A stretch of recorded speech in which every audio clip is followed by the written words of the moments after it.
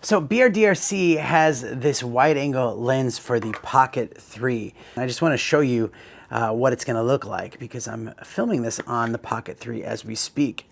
So the Pocket 3 has this magnetic bit around the lens, so you can easily just attach it to it. So now look at me right here, just see how wide it is, and then once we add this on, ready? Stays there nice, and look at how wide of an angle that is. So if you're looking to get some more like wide footage, maybe if you're vlogging with it and you don't want to hold it out too far, this is going to be a great way to do it. So watch, we'll take this thing off. You can see the difference. So not that wide, it goes about to the couch there, goes to just a little bit of that light. Pop it on, and you can see all of that light in the shelf and even way more of the couch, like the whole couch actually.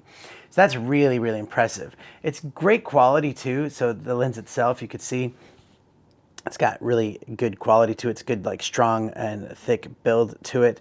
So it'll fit on there. It'll also stay on the case that it comes with if you need to set it there.